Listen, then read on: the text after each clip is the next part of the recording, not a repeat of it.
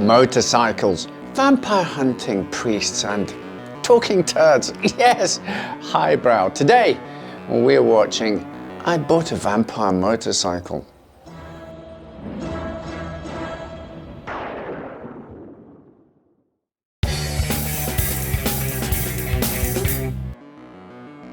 I Bought a Vampire Motorcycle is a British horror comedy directed by Dirk Campbell and starring everyone's favourite man behaving badly, Neil Morrissey. Men Behaving Badly being a 90s sitcom for our friends from abroad. I've had a bit of a gap from women, you know.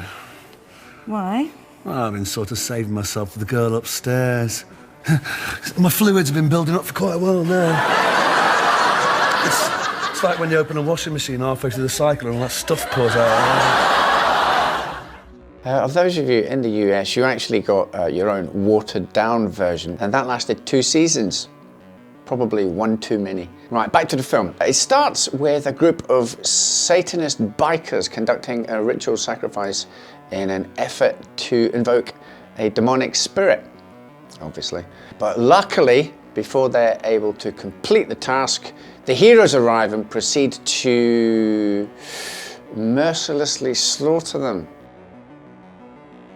Turns out they weren't the heroes of the piece, but a rival gang.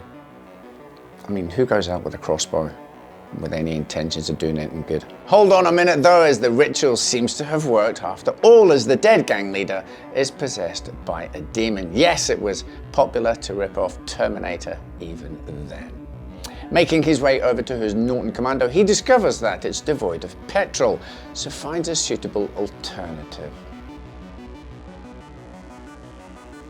Thus, the titular vampire motorcycle is born. It is then that we first meet the protagonist of the film, Neil Morrissey, as Nick Oddie. My friends call me Noddy. The film then wastes no time getting the bike into his hands as he picks it up for the princely sum of £1,100. Bargain. The film, if it hasn't already become apparent, is low budget but has the feel of an early Sam Raimi or Peter Jackson film. And I know you're going to think, wait, Peter Jackson, Lord of the Rings and all that? Yeah, but have a look at some very early Peter Jackson films. Not least when his friend, the bike's first victim, appears to him in the form of a turd. Hello, Noddy. Hello, Noddy. How are you, mate? Director Dirk Campbell actually stated that he was inspired by Raimi's Evil Dead, as he does well to capture a similar aesthetic. Back on the bike, and Noddy finds himself coming face to face with the crossbow-wielding biker gang from the start of the film. And the vampire motorcycle isn't best pleased.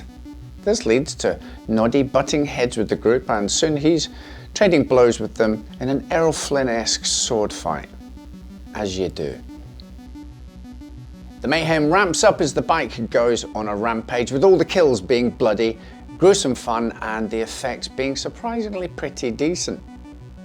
Deciding things are going too far, Noddy seeks the help of a priest played by Anthony Daniels, better known to you and I as Star Wars C3PO.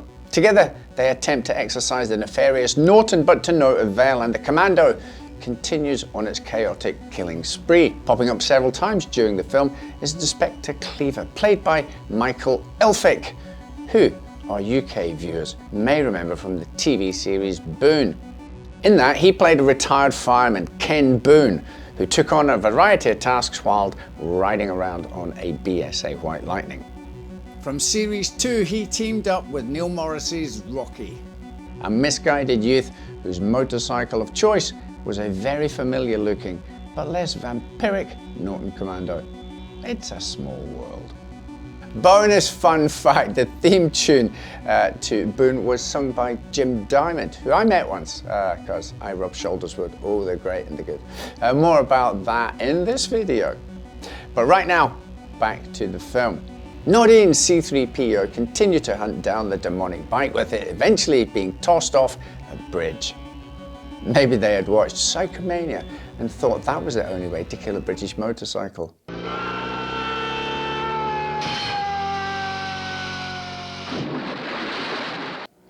This Norton is made of sterner stuff, however, and soon the chase is on once again. The team eventually corner it in a gym where the vampire motorcycle finally meets its end, being killed off by a tanning lamp. So if you get nothing else, the message there is beware of the power of a tanning lamp. It can kill you. All is well with the world once more, and everyone lived happily ever after. The end. Or is it?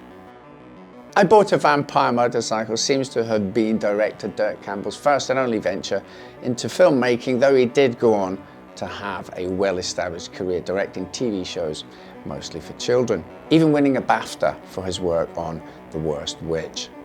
This film was never going to win him anything other than a Razzie, however. I Bought a Vampire Motorcycle is a fun watch, though I felt that joke-wise there were more misses than hits. It does feel like everyone involved had a good time making it though, and got a lot of mileage out of its £300,000 budget.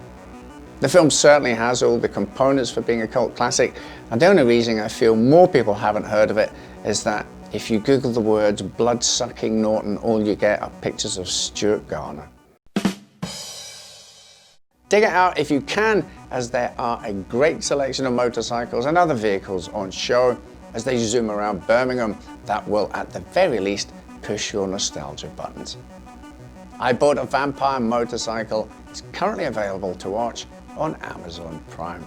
If you've enjoyed this or any of our brief history videos, why not check out our new channel, Well I Never, where we take a broader view of historic events and fun facts. Right then, you've been told, on your bike,